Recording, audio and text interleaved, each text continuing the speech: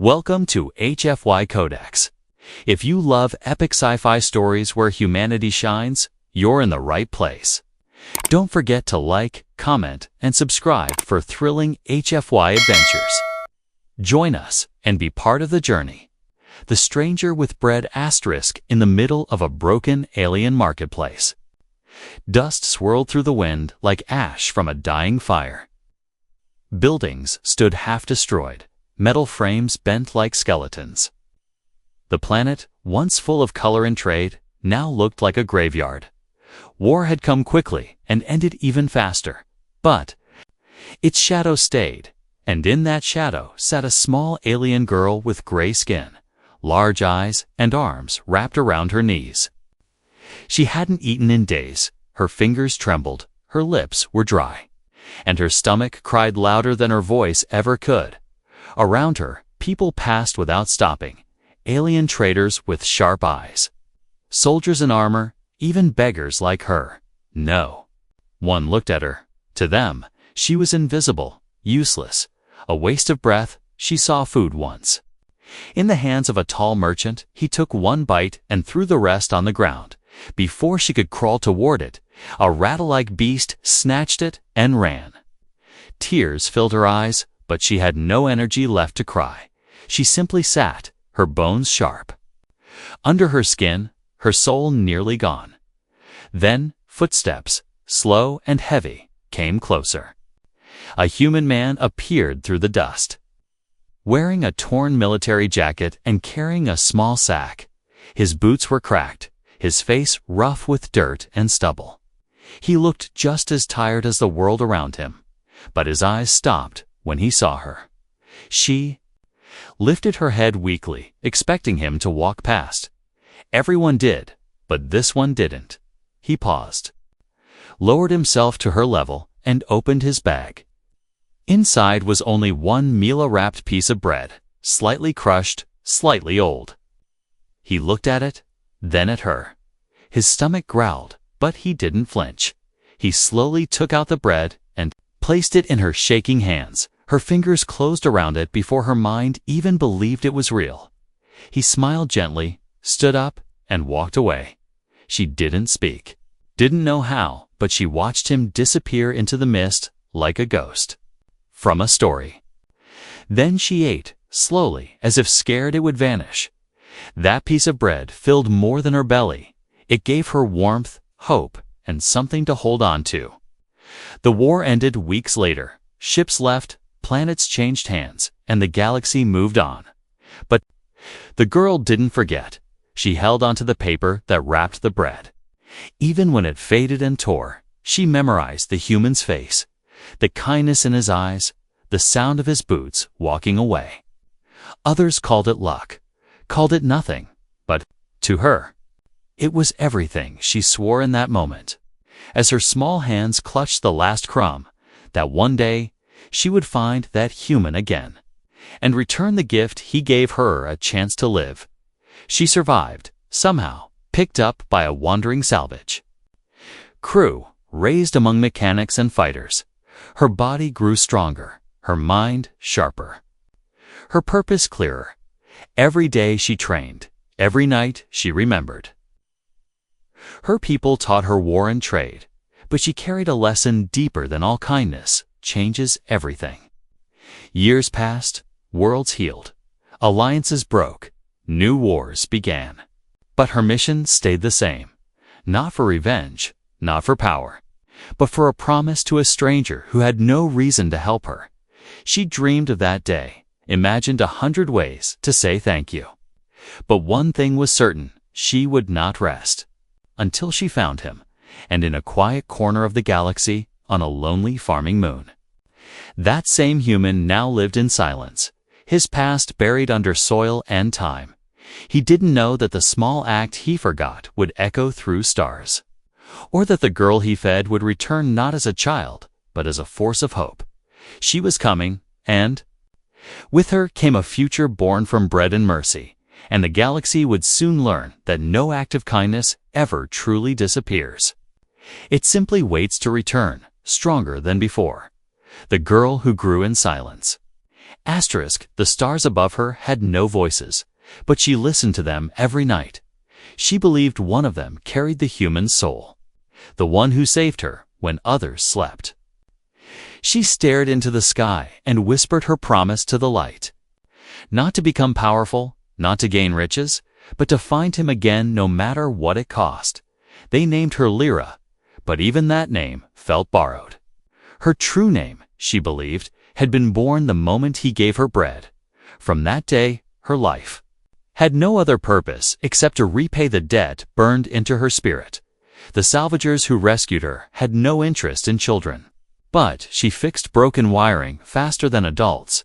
She could clean vents, climb narrow pipes, and crawl through toxic wrecks without complaint. They noticed, they used her skills, and, in time, they respected her.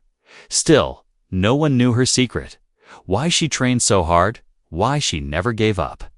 She learned fast.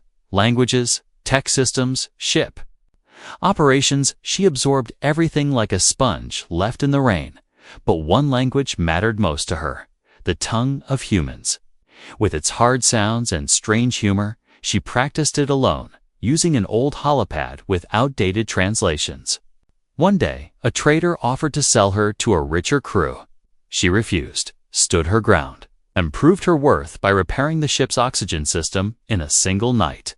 That earned her her first choice, her first freedom, and she used it to leave. She found a transport headed toward a human-controlled sector. They asked why a young alien girl would want to go there. She lied, said she wanted to learn farming. The truth was simple. She had followed whispers of an old soldier who once served during the war, a man who matched his face, his story, and his kindness. The ride was long, cold, and full of silence. But she welcomed the quiet.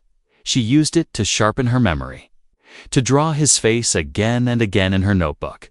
The lines of his jaw, the folds of his jacket, even the way his boots left prints in the dirt. She remembered everything, because forgetting him would mean forgetting herself. When she arrived, the planet looked nothing like she expected. It was not a grand place filled with medals or statues, just green fields, dry wind, and an old farmhouse near a forest edge. No guards, no tech, no crowds, just one man bent with age, hands calloused, eyes tired. She watched him from afar. He fed birds each morning, tilled soil by hand, and never spoke to anyone. But even after all these years, she knew it was him. The way he paused near flowers, the way he shared food with stray animals, it was the same heart. The one that gave his last bread to a dying child. Still, she hesitated. What if he didn't remember? What if he didn't care? Would he even believe who she was? Her hands trembled as she approached. Cloak drawn over her head, boots sinking in soft mud. She reached his door and froze. The sound of windmill blades spinning above her filled the silence. She raised her hand, heart pounding like thunder trapped in her chest, and knocked once. No answer, she knocked again. And the door creaked open slowly. He stood there, silent eyes searching. And she saw at the smallest flicker of recognition, buried beneath years of pain. She pulled out something from her satchel. Something old and torn. The bread wrapper. Faded but intact. His eyes locked onto it, and his lips parted, but no words came. "I kept it," she said, her voice soft, her accents still rough. "You gave me life when no one else did." He stepped back, hand gripping the doorframe. As if the past had just opened with the door, she entered slowly, removing her cloak, revealing the armor underneath armor, not built for war, but for work. She had become more than a survivor, more than a fighter. She had become a builder, a protector, a seeker of kindness. And now she had found the source of it, sitting quietly in front of her. "I promised myself I'd repay you," she whispered, "but I didn't come with weapons or riches." He nodded, voice barely audible. "What did you come with?" he asked. She smiled, eyes wet but proud. "I came with everything you taught me," she said. "And all the lives your kindness helped me save." A human forgotten by the galaxy. Asterisk, the farmhouse stood like a forgotten monument. Alone at the edge of a yellow field, wind rolled through the tall grass like waves in an ocean no one cared to sail. Birds nested in the roof tiles. Weeds grew around the wooden fence, but to Lyra, it was a holy place, because inside lived the man who saved her world with a single piece of bread. The galaxy had moved on. Nations rose and fell. Technologies advanced. Empires expanded. But no one remembered Sergeant Caleb Wren. He wasn't in any hall of honor. No medals were pinned to his chest. He never spoke of the war, not because he forgot, but because he chose silence over pain. He woke every morning before the sun, chopped wood, checked the water filter, and made tea he rarely drank. His hands were rough, nails cracked, and his spine slightly bent. He had no family, no friends, no neighbors, only the memory of faces he couldn't save. When Lyra entered his home, she didn't see a hero. She saw a man covered in years of dust and grief. But his eyes, they still held the same warmth. The same warmth she saw when he kneeled before her in a ruined street long ago. He made no effort to chase her away, just nodded toward the wooden chair beside the fire. She sat carefully, unsure how to act. Then he placed a metal kettle over the flames, his hands steady, despite the storm in his mind. "Your voice," he said at last, "it's changed." She smiled, holding her arms close to her chest. "I had to learn many languages," she answered, "but yours was the one I remembered first." They sat in silence, the fire crackling between them like a heartbeat. She glanced at the wall's plain wood. No photos, no colors, just survival. He watched her carefully, trying to connect the grown woman before him to the hungry child in his memory. Finally, he asked, "How did you find me?" Lyra reached into her bag and pulled out a crumpled sheet of old paper.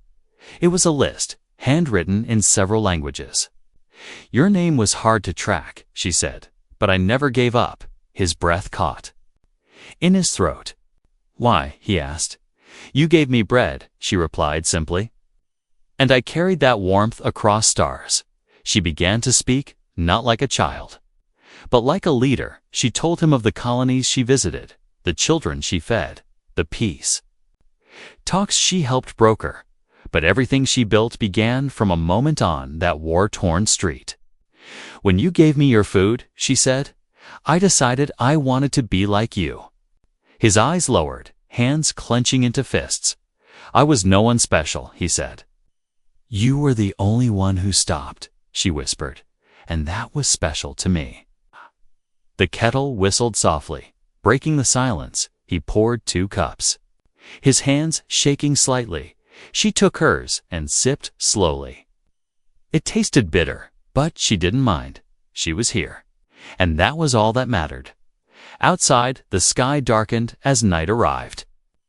Stars blinked into view, the same ones she had prayed to 4 years. Now, she didn't have to pray. She was living her answer. She looked at the man across from her, old and tired, but still full of quiet strength. And she felt something break in her chest. Not pain, not sadness, but relief, for the first time since childhood.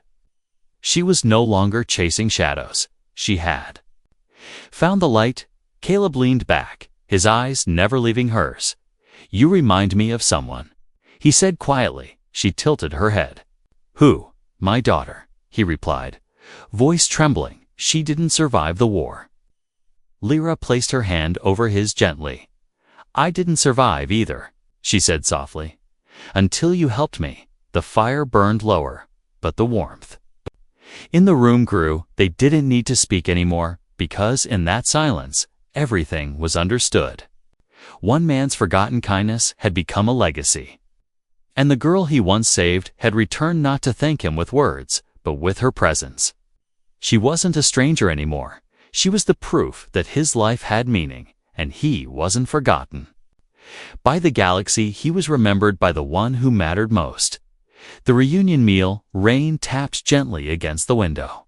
each drop like a soft knock from the past. Inside the small wooden home, the fire had gone quiet, but the warmth still lingered. Caleb sat in his old chair, his body tired, but his heart alert in a way he hadn't felt in years. Lyra moved through the tiny kitchen, carefully unpacking her bag of supplies.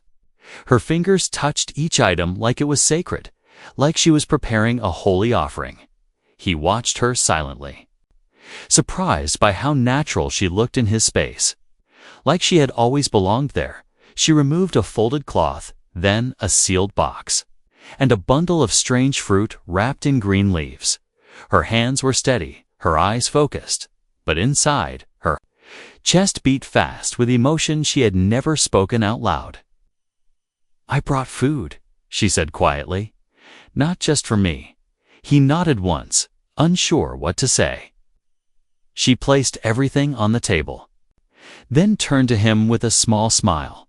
"I always dreamed of this moment," she added, "to share a meal with you." He looked at the food, unsure how to respond. It wasn't just supplies. There were spices, small jars, dried root slices, and meat wrapped in silver leaf. She had traveled far with them, protected them, saved them for this one evening. The evening she would return what was once given freely. Lyra began to cook. Mixing old Earth-style methods with alien tools, the small pot hissed and bubbled, filling the room with a warm, spicy scent. Steam curled up, carrying memories and unspoken words. Caleb leaned forward, resting his elbows on the table, and for the first time in years, he allowed himself to feel like someone was cooking for him. He remembered battles, loud nights in bunkers, meals taken from ration packs with no taste or joy. But this was different. There was color in the food, care in the preparation, and purpose in every movement she made. It wasn't survival, was gratitude. And it reached deeper than his stomach. When the food was ready, Lyra set 2 plates on the table. Her hands trembled only once. When she handed him a wooden spoon, he accepted it, eyes meeting hers. "You didn't have to do all this," he said. "I know." She replied gently, "But I wanted to." They began to eat slowly. The flavors were strange but rich, the spices familiar and new all at once. He ate quietly at first, unsure how to react to the softness in the moment, but the second bite brought a sound from Hima's small chuckle. He smiled. Something he hadn't done in what felt like a lifetime. "It's good," he muttered, voice rough. "I'm glad," she said, looking down shyly. "This plant," he asked, pointing to a red cube. "What is its root?" she said. "We used to chew it during cold nights." He nodded, then took another bite. The silence that followed wasn't heavy, was calm. The kind of silence that spoke of safety, not fear, of home, not hiding. Lyra leaned back and watched him eat. For years, she had imagined this scene. Drawn it in sketch pads, pictured it before falling asleep. She had thought she might cry when it finally happened, but she didn't, because this was peace, not sadness. Caleb finished his plate and placed his spoon down gently. "Thank you," he said, "not as a soldier, but as a man." For everything, Lyra folded her hands in her lap and smiled. "No," she whispered. "Thank you." She reached into her satchel one last time. This time, she pulled out something old, something almost forgotten. A torn piece of a ration wrapper, carefully protected in a thin plastic seal. He stared at it, breath caught in his throat. "That," he said, barely able to speak. "That's from ... "Yes," she answered. "The bread you gave me, I kept it." His fingers touched the corner of the wrapper, and for a second, he was back on that war-torn street, kneeling before a starving child, offering the only thing he had left, not knowing she would carry it with her forever. Lyra placed the wrapper on the shelf near the window, beside a small plant that had just begun to bloom. "I want it to stay here," she said, "so you remember that what you did mattered." Caleb didn't respond, not with words, but his eyes glistened.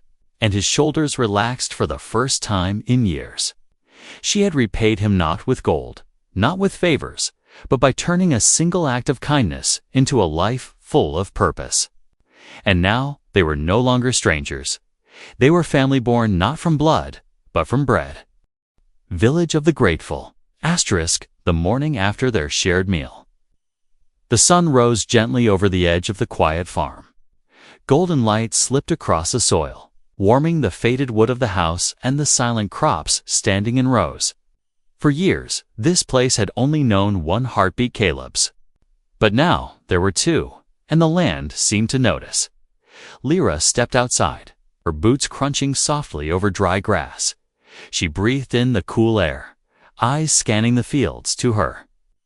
It was not just land, it was a new beginning, a place that could grow not only food, but hope.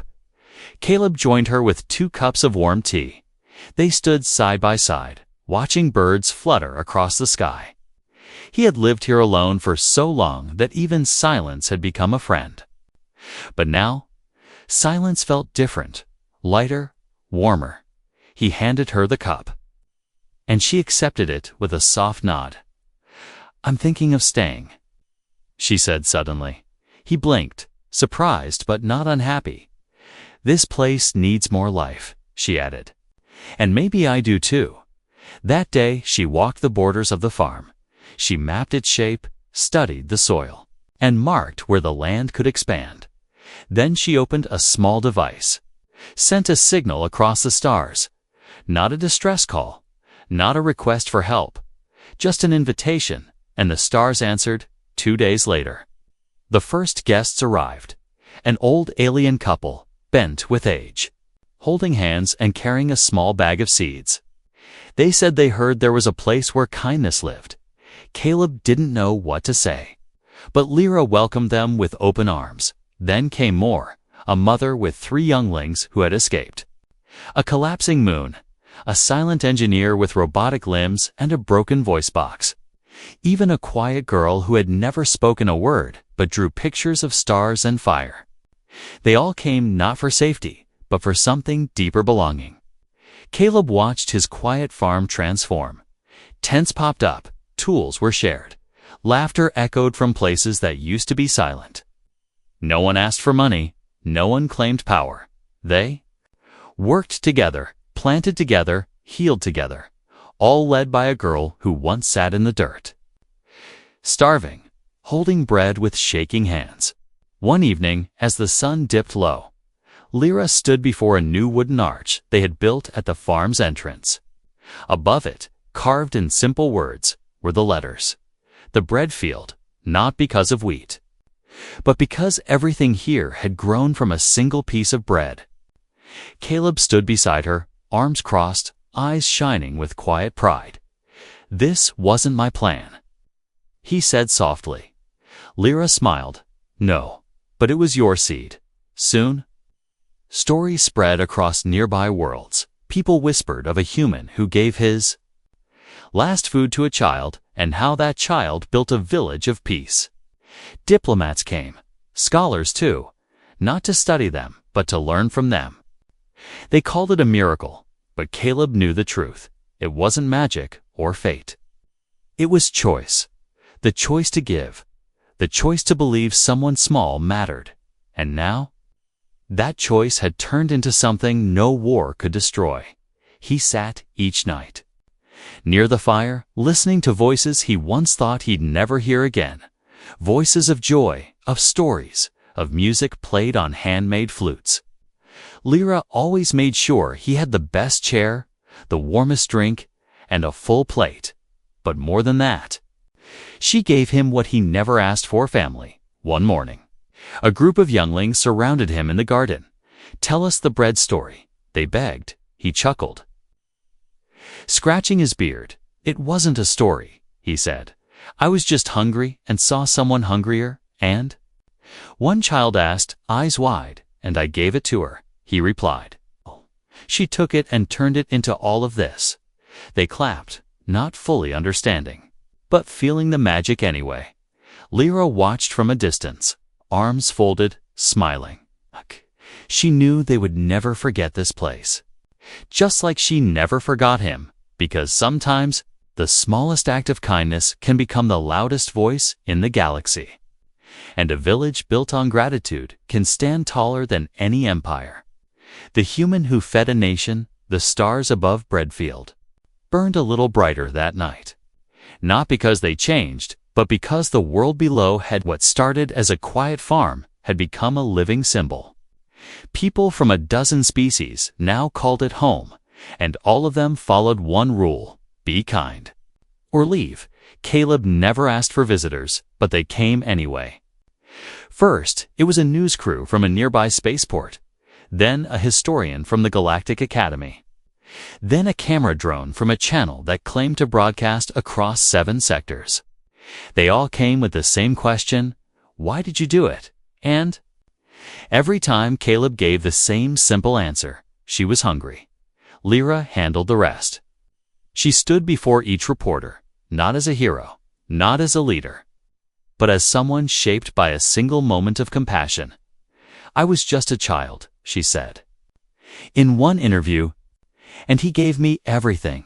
The footage spread faster than they expected. Clips of Caleb handing seeds to children, helping repair a windmill, or sitting quietly beside an alien elder. The galaxy, full of war and chaos, stopped to watch a man who lived in peace, and people started to listen across the stars. Communities started planting gardens named after Breadfield. Others began a last meal day where people shared food with strangers. Even military academies began teaching the story not as a battle tactic, but as a lesson in humanity. Caleb's name returned to headlines, but he didn't feel proud or important. He felt tired, a little confused, and deeply quiet. He didn't like the attention, but he understood the need for it. Because if his story helped even one person choose kindness, it was worth it. One day, a ship landed near the field with no name or flag. From it stepped an old general, once Caleb's superior during the war. His eyes were sharp, but softened when he saw the village. "I heard you disappeared," the general said. "I didn't," Caleb replied. "I just stopped fighting." They walked through the village together. Children ran past, aliens waved, machines hummed peacefully. The general took it all in.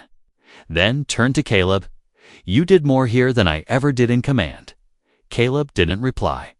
He just looked out at the green fields, at the homes built with mismatched parts but strong hands, at the lights powered by solar panels made from scrap, at the people laughing, working, living. Later that night, during a shared meal under lanterns, Lyra stood beside Caleb. She clinked her cup softly and asked for silence. "I want to say something," she said, voice clear. "Some people save planets with armies. This man saved one with bread. All." Heads turned toward Caleb. He shifted uncomfortably, eyes lowering. "I didn't mean to change anything," he said. "I just saw a little girl who needed food." A murmur of agreement rolled through the crowd, because they all knew it wasn't about intention. It was about impact. That night, someone carved a new stone marker near the village center. It read, "Here lives the human who fed a nation without knowing it." Caleb saw it the next morning. He didn't say anything, just ran his fingers along the letters. Then he sat on the bench nearby. And for the first time in many years, he closed his eyes not from pain, but peace. Visitors continued to come, but none stayed unless they helped. That was Lyra's rule, and Caleb agreed with it. Because this place was not a museum, it was alive. And every person who entered walked past the old bread wrapper, now kept in a glass case, a single symbol of what started it all. A small, forgotten gift that had grown into a movement.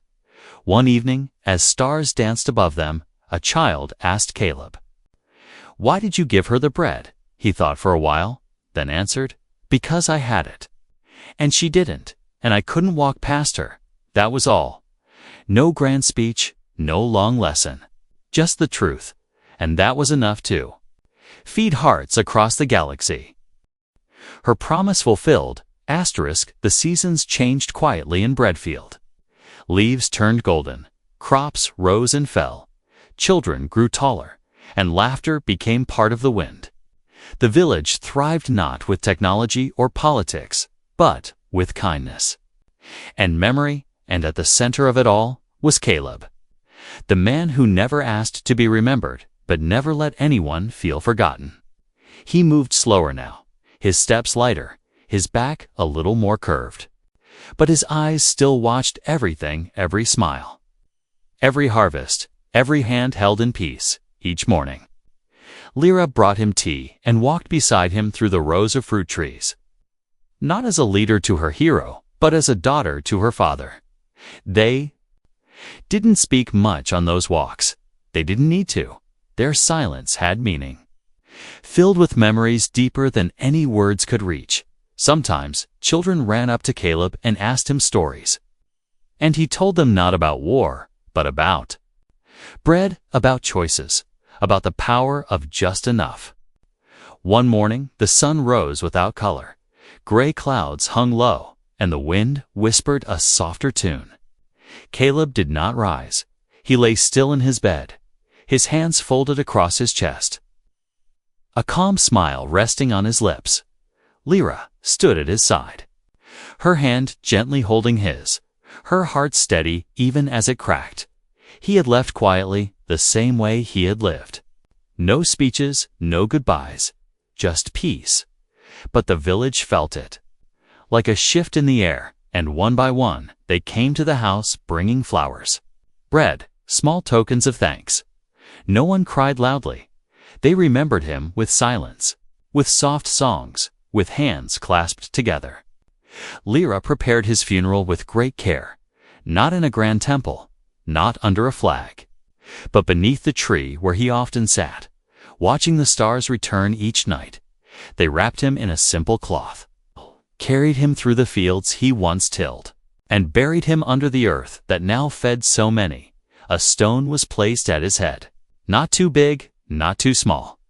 It read, "He gave his last bread to a stranger, and in return he fed the world after the service." Lyra remained alone under the tree. The breeze lifted strands of her hair, and the scent of soil filled her lungs. She sat beside the grave, her voice low but strong. "I promised I would repay you," she said, "and I did. But what I didn't know," she added, "was that you gave me more than food. You gave me direction. You gave me the reason to live." From her pocket, she pulled a small seed wrapped in a strip of the original bread wrapper. She dug a small hole beside his grave and planted it there. It was a rare tree from her homeworld, one that bloomed once every 10 years. "I want you to have something from me, too," she whispered. "Now we've both planted something that lasts." Years passed, Breadfield expanded, became more than a villagette, became a symbol. Pilgrims came not to worship, but to learn. They walked paths marked with simple signs: share before taking, listen before speaking, give what you can. At the center of it all, people still found the tree, tall now, leaves glowing softly at night, and beneath it, the stone remained untouched. Children sat there, drawing in the dirt, asking, "Is this where the man with the bread lived?" And others would nod. "Yes," they said, "and because of him, we live here now." Lyra never left. She led, she guided, she healed, but she never claimed a title. She simply said, "I was fed once, and I will never let anyone go hungry again." And so the story of one man and one starving girl became more than memory. It became a legacy passed by word, by hand, by heart, across galaxies, across generations, not written in history books, but etched in the soul of those who chose compassion over comfort, because kindness, once given, never truly ends. It lives on in bread, in stories, in soil, and in the quiet breath of a stranger who chooses to stop and help, just like he did.